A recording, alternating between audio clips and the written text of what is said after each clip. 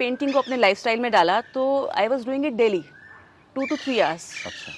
तो आप बिलीव नहीं करोगे, बाय द एंड ऑफ 20 और Jan 21 तक I had 100 paintings with me in my collection. अच्छा।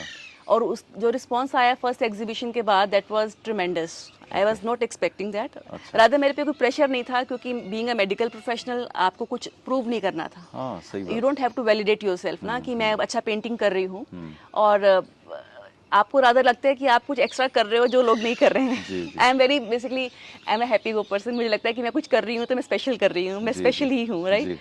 तो फर्स्ट एग्जीबिशन के बाद जो रिस्पॉन्स आया, उसके बाद तो आई हैड दैट एंथुजियाज्म कि मुझे अब आगे बढ़ना ही बढ़ना है। इतना लोगों ने अप्रिशिएट किया, तो मैंने 4 महीने में 50 पेंटिंग्स बनाई। अच्छा। तो दैट वाज माय एंथुजियाज्म, और वो बड़े स्केल पे थी। और मैंने अपने को खूब चैलेंज किया। जो चीज़ें मैंने पहले एग्जीबिशन में नहीं बनाई थी, पोर्ट्रेट्स नहीं बनाए थे या डिटेल्स नहीं किया था, वो मैंने सेकंड एग्जीबिशन में सब कुछ किया। मैं अपने आप को बड़े प्यार से डील करती हूँ, कोई बात नहीं, हो जाएगा। ऐसा नहीं कि उनका तो हो रहा है, मेरा क्यों नहीं हो रहा। So I am very gentle with myself. मुझे लगता है हर एक बंदे को अपने साथ कभी भी हार्श नहीं होना चाहिए। अगर आप कुछ करना चाहते हैं तो B gentle with your self, क्योंकि आप कुछ कर रहे हो, कुछ लोग तो कर भी नहीं रहे हैं, तो आप कुछ कर रहे हो। Definitely be gentle with your self. सिर्फ लोगों को अपॉर्चुनिटी बहुत मिलती है, लेकिन वो एक बार उसको यूज़ करते हैं, देन से हाँ हो गया, छोड़ देते हैं। मुझे लगता है छोड़ना क्यों है। मेरे लिए जो पेंटिंग है वन टाइम अफेयर नहीं है, इट्स अ लॉन्ग लाइफ का पूरा। जैसे मुझे नहीं लगता कि मैं कभी भी आगे 2 सालों बाद या 5 सालों बाद सोचूं पेंटिंग क्यों करनी है, कर लिया काफ़ी, क्यों छोड़ना है।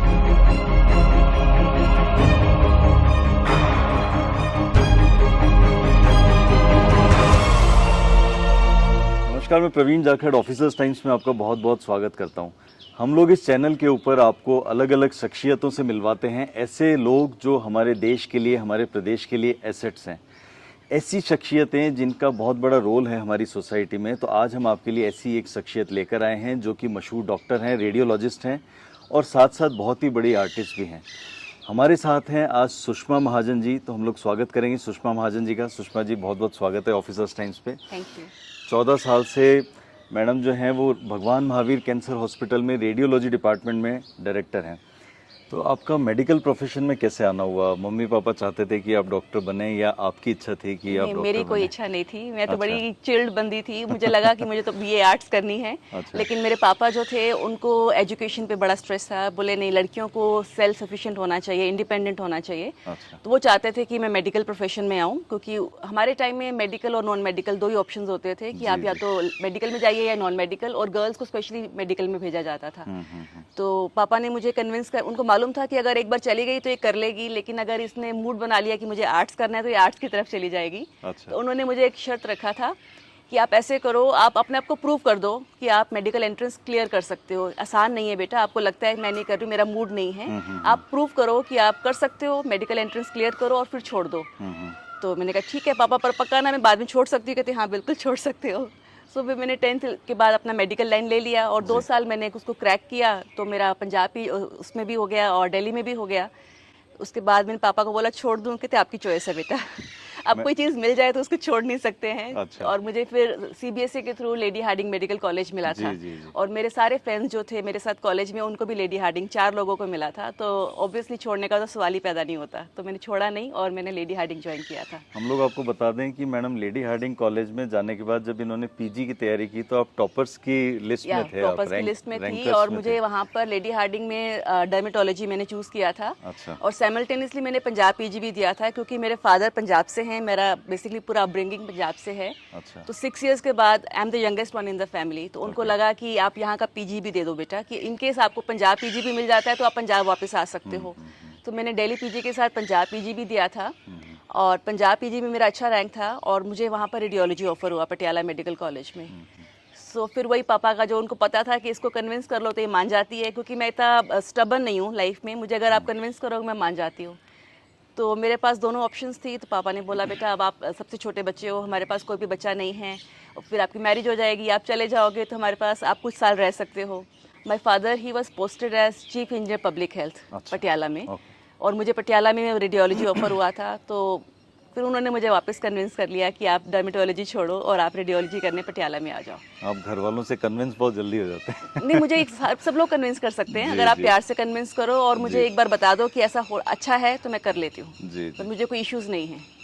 आपको 14 साल हो गए हैं, आपने कैंसर हॉस्पिटल, भगवान महावीर कैंसर हॉस्पिटल में आप जो सेवाएं दे रहे हैं, तो वहाँ पर कैंसर से तो एक आदमी टूट जाता है। आपने देखा होगा वहाँ पेशेंट्स आते हैं, क्योंकि कैंसर एक ऐसी बीमारी है जो डरा भी देती है, और टूटते हुए फैमिलीज़ को, टूटते हुए दिल आपने देखे होंगे। लेकिन आप इनके बीच में पेंटिंग्स कैसे बना पाते? क्योंकि आपकी पेंटिंग्स में बहुत पॉजिटिविटी है। इतना पॉजिटिविटी कहाँ आप से इसको लाते हैं? दूसरी तरह से देखिए, क्योंकि मैं इतना सफरिंग से सराउंडेड हूँ, क्योंकि मैं आसपास लोगों को जो देख रही हूँ कि उनको अच्छे भले लोग, बच्चे भी हैं, बड़े, सब कुछ, किसी को भी कभी भी रैंडम न्यूज़ मिलती है कि आपको कैंसर है। हाँ, हाँ। तो आपको ये चीज़ लाइफ में ये बताती है कि आप लाइफ में सब कुछ ठीक चल रहा है, लेकिन आपको आज का, अगले मोमेंट का पता नहीं है, आप अगला फ्यूचर क्या प्लान कर सकते हैं।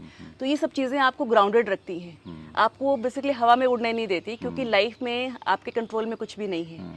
आपको जो मिला है आप उसको बेस्ट कैसे यूज़ कर सकते हो, ठीक है, लेकिन आप अपनी लाइफ ऐसे प्लान नहीं कर सकते कि मैं ये कर लूँगा, वो कर लूँगा। तो आप अपने आसपास ये सब चीज़ें देख के आपको ग्राउंडेड होने का एक फील आता है कि आपको अपना हम्बल रहना है, ग्रेटिट्यूड रखना है कि अगर आपका सब ठीक चल रहा है तो हैव ग्रेटिट्यूड। अच्छी बात है। तो इन चीज़ों से आप में पॉजिटिविटी आती है, क्योंकि आप इन चीज़ों से नेगेटिवली इफेक्ट नहीं होते, आप पॉजिटिवली देखते हो कि मुझे इन चीज़ों को देख के अपनी लाइफ में कभी भी अपने आप पे ज़्यादा प्राउड फील नहीं करना है, या मुझे एरोगेंस में कभी नहीं जाना है कि मेरा लाइफ में सब ठीक चल रहा है तो मैं बड़ी एरोगेंट हो जाऊँ। नहीं, मुझे लगता है ये सब चीज़ें आपको लाइफ में रियलिटी दिखाती हैं। उस रियलिटी को जानने के बाद आप लाइफ ज़्यादा अच्छा जी सकते हो। तो आपने पेंटिंग कहीं सीखी? कोई गुरु हैं आपके? कहाँ से, मतलब शुरुआत कैसे हुई?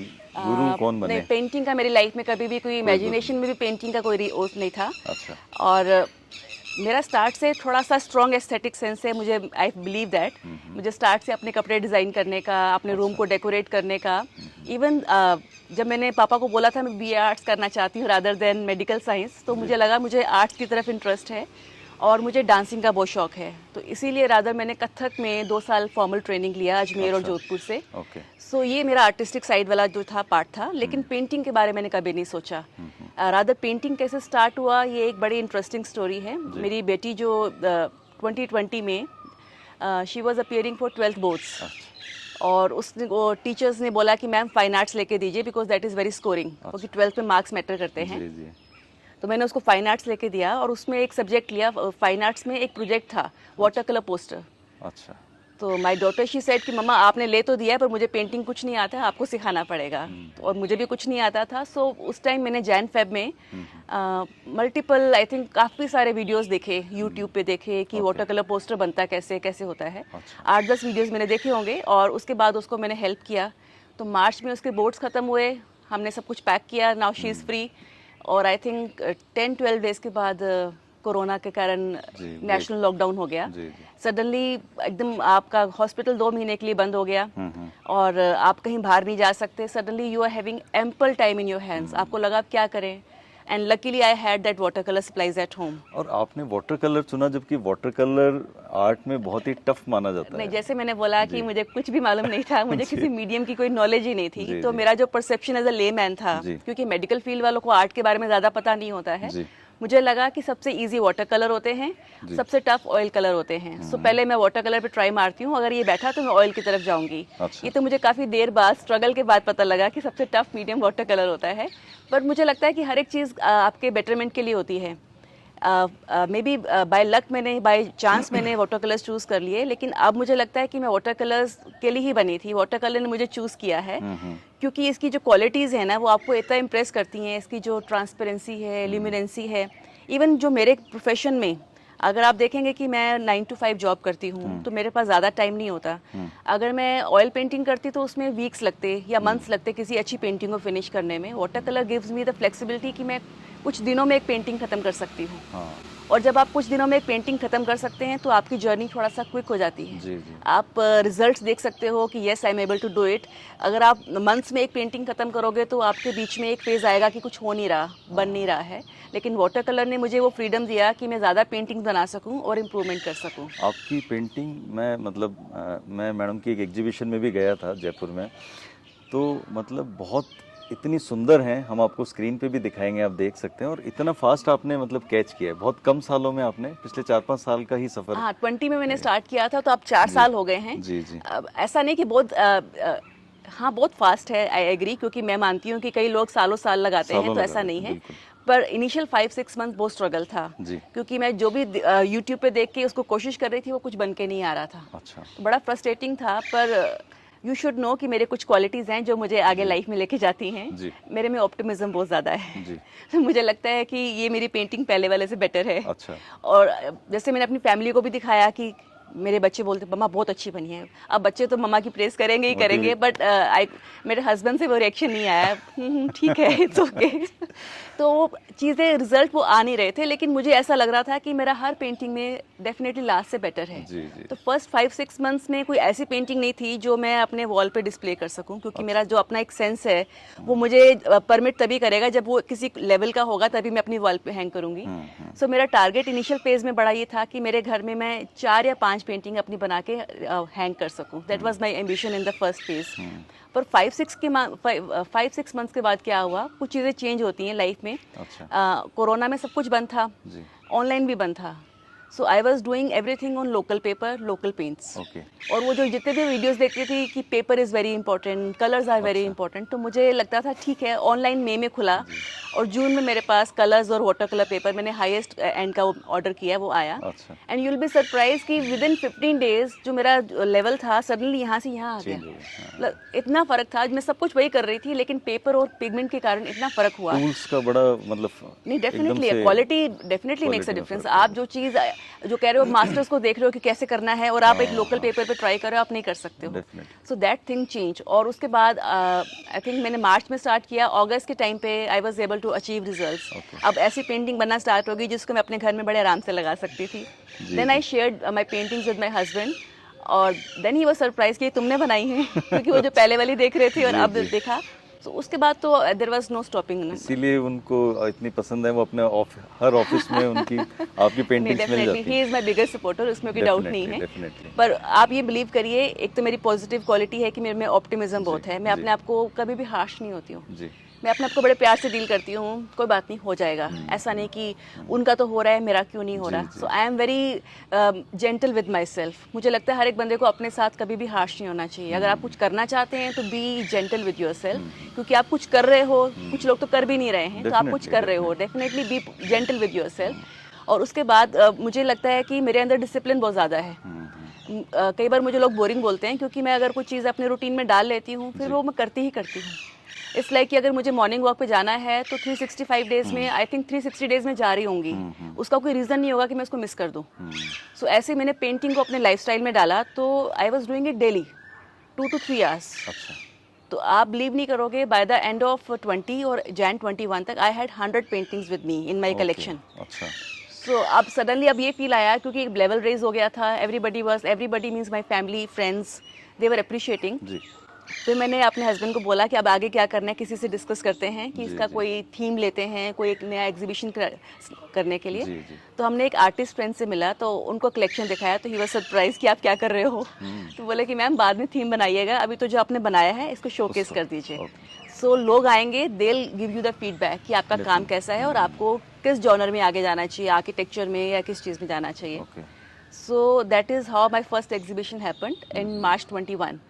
और उसमें मैंने 75 पेंटिंग्स डिस्प्ले करी थी। अच्छा। उन 75 पेंटिंग्स में से I think I could say कि 25 तो बहुत अच्छी थी। अच्छा। 50 वर माई लर्निंग फेज, लेकिन जो आर्ट्स को बिलोंग नहीं करते उनको अच्छी लगेंगी। मे बी जो आर्ट्स के लोग हैं उनको लगा होगा कि ठीक है, it's okay, but 25 were very good. और उस जो रिस्पॉन्स आया फर्स्ट एग्जीबिशन के बाद, that was tremendous. I was not expecting that. Rather मेरे पे कोई प्रेशर नहीं था, क्योंकि बीइंग अ मेडिकल प्रोफेशनल आपको कुछ प्रूव नहीं करना था। हाँ, सही बात। You don't have to validate yourself ना कि मैं अच्छा पेंटिंग कर रही हूँ। और आपको रादर लगता है कि आप कुछ एक्स्ट्रा कर रहे हो जो लोग नहीं कर रहे हैं। आई am very basically I am a happy go person. मुझे लगता है कि मैं कुछ कर रही हूँ तो मैं स्पेशल कर रही हूँ, मैं स्पेशल ही हूँ, राइट। तो फर्स्ट एग्जीबिशन के बाद जो रिस्पॉन्स आया, उसके बाद तो आई हैड दैट एंथुजियाज्म कि मुझे अब आगे बढ़ना ही बढ़ना है। इतना लोगों ने अप्रिशिएट किया। And you must remember that April में सेकेंड वेव और थर्ड वेव आ गया, डेल्टा, जो सबसे स्केरियस था। उसके बाद वापस लॉकडाउन टाइप हो गया था। तो मैंने 4 महीने में 50 पेंटिंग्स बनाई। अच्छा। तो दैट वाज माय एंथुजियाज्म। और वो बड़े स्केल पे थी। और मैंने अपने को खूब चैलेंज किया। जो चीज़ें मैंने पहले एग्जीबिशन में नहीं बनाई थी, पोर्ट्रेट्स नहीं बनाए थे या डिटेल्स नहीं किया था, वो मैंने सेकंड एग्जीबिशन में सब कुछ किया। और जो लोग मेरी फर्स्ट एग्जीबिशन में आया और उसके बाद सेकंड में आया, दे वर सरप्राइज कि आपने 4 मंथ्स में चेंज कैसे किया है। बहुत बड़ी बात। So it was just that dedication. मुझे इतना, maybe I started late, मुझे लगा कि मुझे कैचअप करना है। अगर मैं अपने कॉलेज टाइम से पेंटिंग कर रही होती तो शायद मैं इस स्पेस पे कभी भी नहीं करती, क्योंकि मैंने लेट स्टार्ट किया है, तो I feel I have to catch up. लेकिन आप जो आज आपकी अगर हम पेंटिंग्स देखते हैं तो वो लगता नहीं 4 साल का एक्सपीरियंस, वो लगता है सालों का एक्सपीरियंस है। Yes, you are right. Even मुझे फर्स्ट एग्जीबिशन में लोगों ने जब ये बोला तो आई वाज लाइक अच्छा मेरे अंदर कुछ है, मैं कर सकती नहीं हूँ। नहीं, डेफिनेटली उनको देख के लगता है कि वो मतलब एक सालों के एक्सपीरियंस के बाद ही वो चीज़ क्रिएटिविटी निकल के आ सकती है। But as I told you कि मेरे अंदर एक एस्थेटिक सेंस, मतलब ऐसा जी। नहीं कि मैं पेंटर नहीं थी तो मैं हाँ, लोगों की हाँ, पेंटिंग हाँ। देख के अप्रिशिएट नहीं कर सकती थी कि आई कुड मेक आउट ये अच्छी है और ये अच्छी नहीं है। जी, जी। So as a non painter also, लेकिन तो इसलिए मेरे लिए अपने आप को असेस करना बड़ा इजी था, क्योंकि जब मैं लोगों को क्रिटिसाइज कर सकती हूँ तो अपने आप को भी कर सकती थी। जी। जेंटल वे में क्रिटिसाइज करती थी, नेगेटिव वे में क्रिटिसाइज नहीं करती थी। सो डेफिनेटली मेरे अंदर वो जो कलर सेंस कि कौन से कलर्स किसके जाते हैं, क्योंकि मैं अपने कपड़े डिज़ाइन करती, सब कुछ करती थी, तो आई had that basic sense. Plus मुझे लगता है कि आपका मेडिकल बैकग्राउंड आपको थोड़ा साइंटिफिक एडवांटेज तो देता है। लॉजिकली थिंक जो होता है ना, इसको ऐसे करेंगे तो ऐसा होगा, तो कुछ चीज़ें आपको जल्दी पिकअप कर जाते हो। और विद एक्सपीरियंस आप जब लेट स्टार्ट करते हो तो आपकी लाइफ का जो एक्सपीरियंस है आपको काफ़ी कुछ सिखा देता है कि आपको क्या करना चाहिए और क्या अच्छा लगेगा, Definitely. किसको कैसे प्ले कर सकते हैं, क्योंकि आपके अंदर मेच्योरिटी है, तो वो कई चीज़ें आपको उस तरह से हेल्प करती हैं। But at the same time I felt कि मैंने लेट स्टार्ट किया है तो I have to catch up. तो इसलिए मुझे नहीं लगता कि 2020 जब से मैंने स्टार्ट किया है और आज तक विदाउट एनी रीज़न मैंने किसी दिन पेंटिंग नहीं की हूँ। अच्छा। सो दिस इज़, मतलब मैंने उसको अपना पार्ट बना लिया लाइफस्टाइल का, तो मैं करती ही करती हूँ। मैं यहाँ आपसे एक चीज़ ये जानना चाह रहा हूँ, आप सेल्फ थॉट आर्टिस्ट हैं बेसिकली, बिल्कुल। तो कैसा लगता है जब आप अपनी फीलिंग्स को रंगों में उतार रहे होते हैं? ये बड़ी बात होती है, क्योंकि अब आप जो फील कर रहे हैं वो आप उन रंगों को बिखेरते जा रहे हैं, वो फील क्या रहती है? सेल्फ टॉट होने के एक्चुअली फ़ायदे बड़े हैं, क्योंकि आपको कोई इन्फ्लुएंस नहीं कर पाया। जी। एज अ मेडिकल प्रोफेशनल मुझे रूल्स भी नहीं मालूम आर्ट फील्ड के क्या हैं, हाँ, तो मैं definitely. कुछ भी कर सकती हूँ। वैसे भी आर्ट में कोई रूल नहीं होता। हाँ, आप मतलब देखेंगे कि अनंत है वो एब्स्ट्रैक्ट तो। जो बनता है वो जी। बोलते हैं हमारा स्टाइल है। जी। सो मेडिकल फील्ड में मुझे कभी ये फ्लेक्सिबिलिटी मिली ही नहीं। अच्छा। अगर मैं कोई स्कैन देखती हूँ, सीटी स्कैन देखती हूँ, तो आई जी, हैव टू जी, गिव अ डायग्नोसिस ए और बी। जी। आई कांट गिव सी, क्योंकि ए और बी ही होना चाहिए, सी की ऑप्शन ही नहीं होती है। Definitely. पर मैंने जब इसमें आई तो मेरे को एक इतना फ्रीडम लगा कि आप कुछ भी बना लो। अच्छा। आप पेंटिंग को अगर हाफ भी छोड़ दो, दैट इज योर स्टाइल। अच्छा।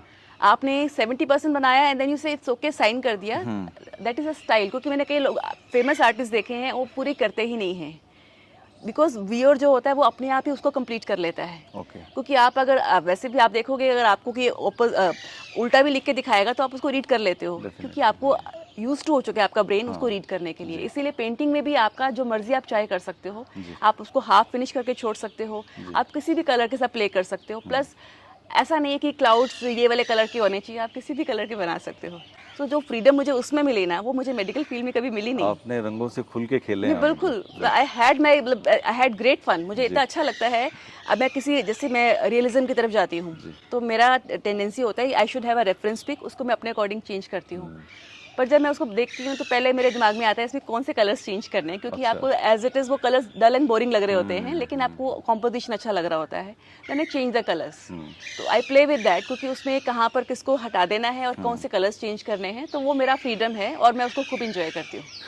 सुषमा जी, आपकी जो पेंटिंग्स हैं वो मतलब मैंने देखी हैं जो आपकी पेंटिंग्स, तो वो जीवंत नज़र आती हैं बिल्कुल, क्योंकि उनकी आप जो कैरेक्टर्स डेवलप करते हैं उनकी आंखें बिल्कुल रियलिस्टिक हैं। तो ये कैसे पॉसिबल हो पाता है कि आप बिल्कुल रियल बना देती हैं उस चीज़? नहीं, रियल बनाने का रीज़न ये है कि भाव होते हैं उनमें, कहने का मतलब ये नहीं, है कि बिल्कुल वो- इमोशंस के बिना तो पेंटिंग लाइफलेस है। जी। जो आपकी आईज होती हैं, they are the windows to your soul, right. अगर आपकी आईज में वो एक्सप्रेशन कैप्चर नहीं हुआ, इमोशन कैप्चर नहीं हुआ, अगर मैं एक स्क्विरल बना रही हूँ और वो उसकी आईज में वो क्यूटनेस कैप्चर नहीं हुई, तो then there is no point making it. तो रादर मेरा सबसे पहले ये होता है, जब मैं ह्यूमन पोर्ट्रेट बनाती हूँ या एनिमल पोर्ट्रेट बनाती हूँ, मैं सबसे पहले आईज पे वर्क करती हूँ। And if I capture that emotion, उसका जो क्यूटनेस है, फिरोसिटी जो कैप्चर हो जाता है, then I think it's okay, अब तो काम काफ़ी हो गया, अब तो सिंपल पर बनाना है, हेयर बनाना है, सब कुछ हो जाएगा, because that is the main thing which I need to capture. क्योंकि मुझे नहीं लगता कि मैं कोई पेंटिंग ऐसा बना के उसको हैंग करूंगी जिसमें आईज उसकी बोल नहीं रही। ओके। मतलब ये लेवल तो मैंने फिक्स किया है कि उसके बिना मैं नहीं करूँ। आपकी मतलब मैं इंस्टाग्राम पे भी आप मैडम का इंस्टाग्राम भी फॉलो कर सकते हैं, क्योंकि मैंने जब इनका पहली बार इंस्टाग्राम फॉलो किया और देखा तो वहाँ पर मतलब वो कई चीज़ें बहुत सरप्राइजिंग थी जो मैंने देखी, या मैंने सर के ऑफिस में भी आपकी पेंटिंग्स देखी थी। Right. बोलती हुई आंखें राइट। बहुत अलग मैसेज देती हैं। मैडम, आपकी दिल्ली में भी पेंटिंग की एग्जीबिशन आपकी लगी थी और उसको क्यूरेट किया था जो मशहूर डॉक्टर अलका पांडे थी मैम। हाँ, she is a very renowned basically art curator और फ्रेंच गवर्नमेंट से अवार्डेड भी हैं।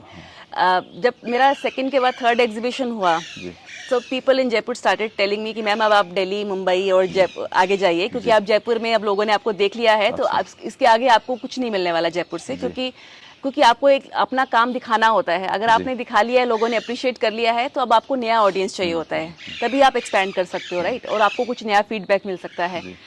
सो प्लस जयपुर हमारा अपना घर है, तो लोग अच्छा ही बोलेंगे, राइट, कोई बुरा बोलने नहीं आएगा।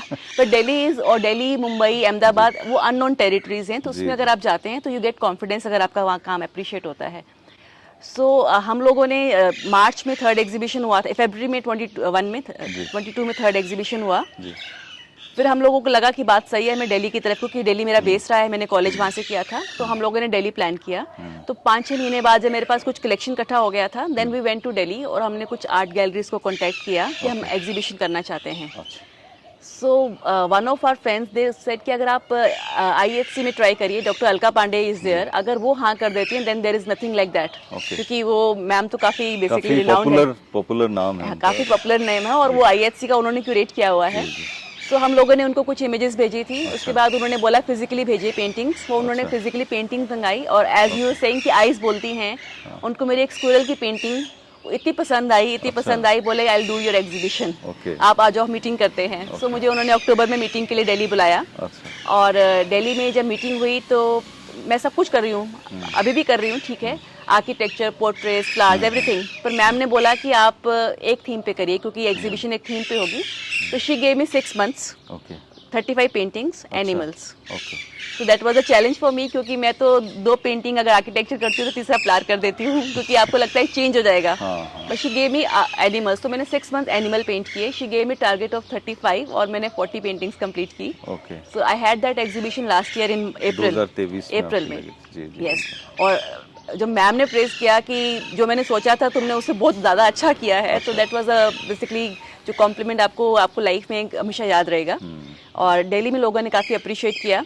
उसके बाद it was followed by a group show in Delhi again, ITC Sheraton में, और एक मैंने वर्चुअल एग्जीबिशन किया इंटरनेशनल, उसमें भी ग्रुप शो था। नेक्स्ट कब होने वाली है आपकी एग्जीबिशन और कहाँ होने वाली है? Next again is in Delhi. और डॉक्टर अलका मैम जो थे वो अभी यहाँ पे आए थे लिट फेस्ट में, उनका बुक लॉन्च था। अच्छा, तो हमने उनको घर पे बुलाया था, तो शी सॉ माय पेंटिंग्स, तो हमने बोला कि मैम एक और करें, तो शी सेड डेफिनेटली तुम्हारे साथ मैं पक्का करूंगी। अच्छा। तो she has given me dates of 2nd, 3rd, 4th, 5th August in this year. और पर इस बार हमने उनसे रिक्वेस्ट किया कि मैम थीम मत दीजिएगा प्लीज, क्योंकि आई वांट, हाँ, क्योंकि मुझे लगता है कि एक्चुअली क्या है, मेरी जर्नी बहुत छोटी है, अभी 4 years की है। हर एक आर्टिस्ट का एक स्टाइल बन जाता है, सिग्नेचर स्टाइल, की वो हॉर्सेस करते हैं, वो आर्किटेक्चर करते हैं। तो मेरे केस में मुझे लग रहा है मैं अभी वो उस फेज में नहीं पहुंची हूँ कि जिसमें अपने आप को रिस्ट्रिक्ट कर लूँ। मैं अभी अपने आप को एक्सप्लोर करना चाहती हूँ।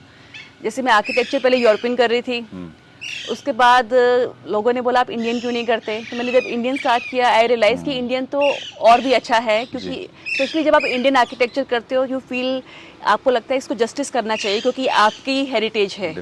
आप यूरोपियन में वो कनेक्शन नहीं होता है ना। आपकी पेंटिंग्स में वेनिस को भी मैंने बहुत देखा है कि आप बहुत दिखा, पेरिस हो, वेनिस हो, आई हैव कवर्ड एवरीथिंग। क्योंकि आपको हमारे कॉलेज टाइम में क्या 90s में यू रिमेंबर बॉलीवुड में यश चोपड़ा ने यूरोप को इतना फेमस कर दिया था, तो हमारी हर एक गर्ल का एक ड्रीम होता था यूरोप, राइट। तो जब मैंने पेंटिंग स्टार्ट किया तो मैंने यूरोपियन आर्किटेक्चर पे स्टार्ट किया।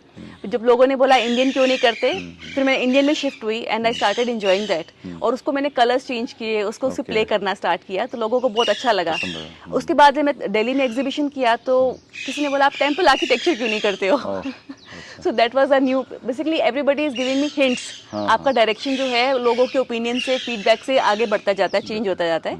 सो लास्ट 8-10 months में मैंने कुछ पेंटिंग्स टेम्पल आर्ट पे और टेम्पल आर्किटेक्चर पे ट्राई किया है, और वो अच्छी आई हैं। तो मैम को इसलिए हमने रिक्वेस्ट किया कि मैम कोई थीम मत दीजिएगा, क्योंकि मैं अपनी दिल्ली एग्जीबिशन में जो भी मैंने अभी क्रिएट किया है ना उसको पूरा दिखाना चाहती हूँ। तो शी एग्रीड, बोले कि इस बार आप बिना थीम के करिए।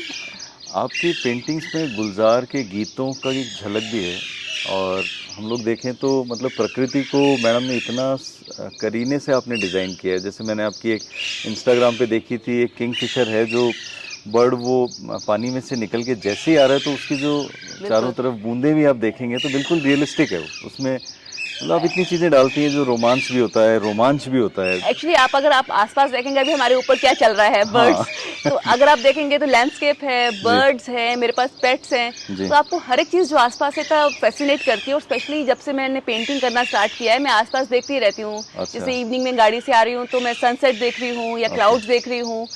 तो आपके आसपास नेचर इतना सुंदर है, इतना ब्यूटीफुल है, पर हम लोग इतना बिजी हो गए हैं अपनी रूटीन लाइफ में कि हम अप्रिशिएट करना बंद कर गए हैं। तो मैं चाहती हूँ कि मैं स्पेशल या एब्स्ट्रैक्ट आर्ट में मैं इसलिए नहीं जाती हूँ, मुझे लगता है हमारे पास आसपास का भी इतना अच्छा कुछ है, उसी को बनाने से भी काम चलता है। तो आई वांट टू शो कि हमारे आसपास की जो स्क्विरल है वो कितनी सुंदर है, कितनी क्यूट है, या किंगफिशर जो हमारे फ्लाइट में है पानी में कितना सुंदर लगता है।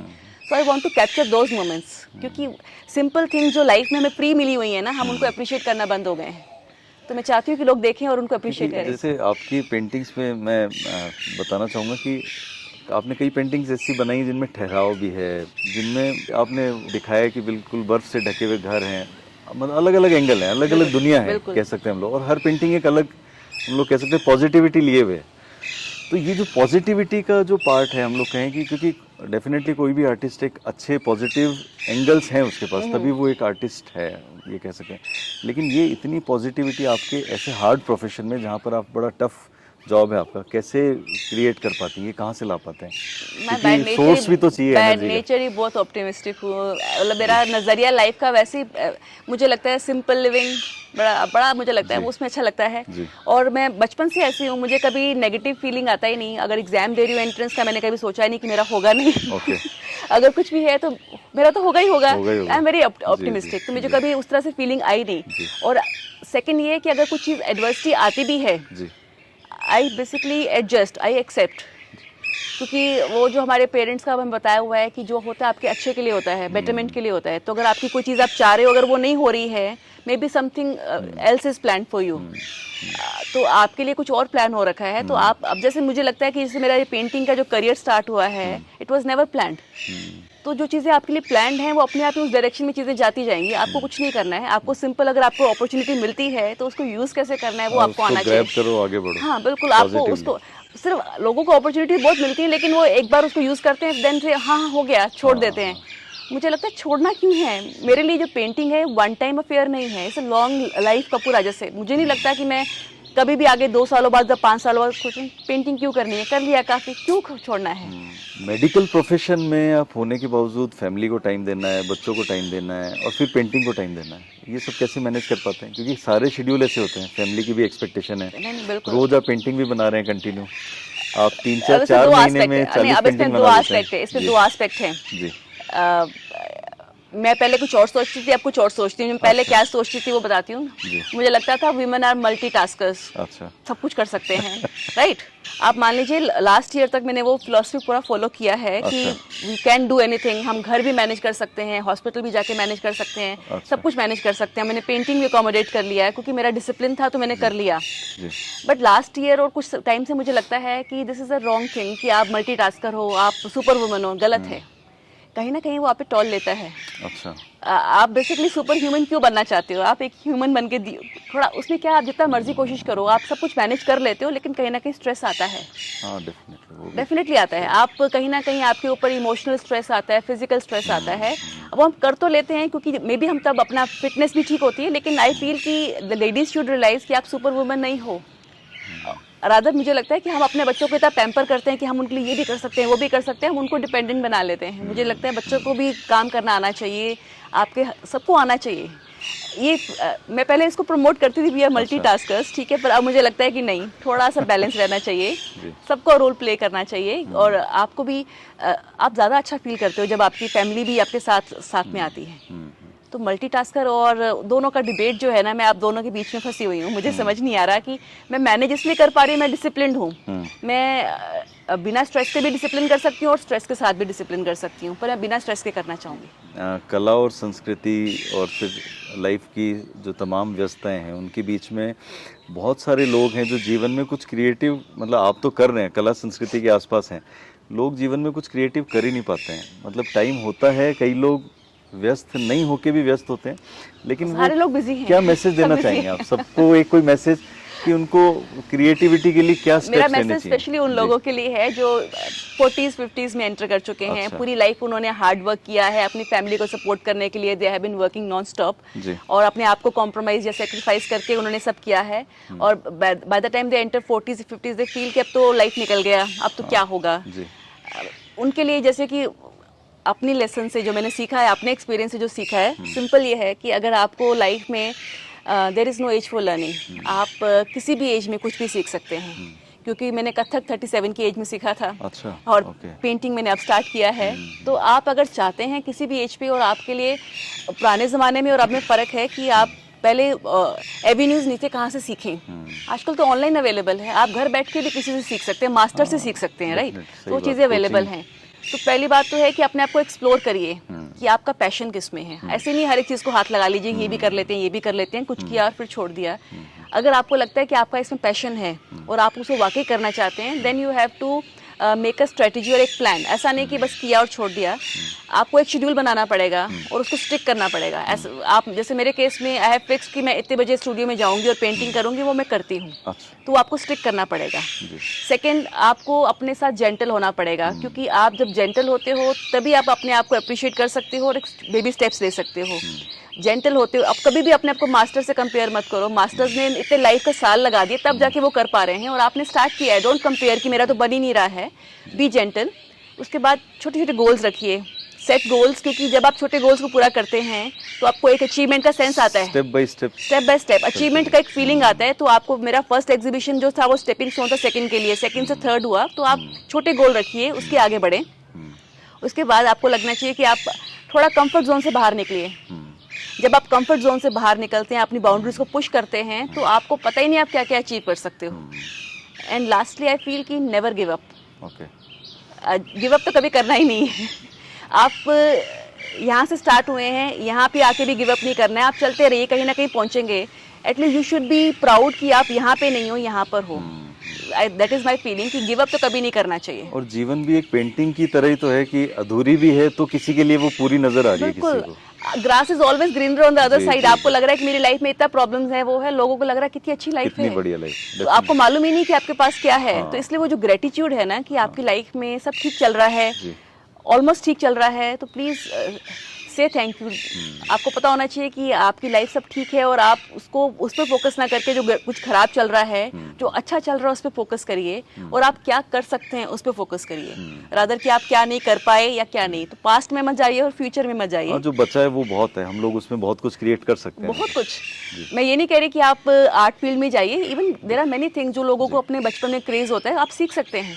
प्लस जब आप कुछ नया सीखते हैं तो आपके अंदर एक चाइल्ड वाला जो फीलिंग होता है ना, एंथुजियाज्म, जो मैंने बताया, मेरे को फर्स्ट के बाद ऐसा था, इतना जोश तो मुझे स्कूल टाइम में भी नहीं आया होगा जितना मुझे उस टाइम आया। अच्छा। तो आपके अंदर जो चाइल्ड होता है जो सीखना चाहता है, उसको हमेशा आप जीवंत रखिए।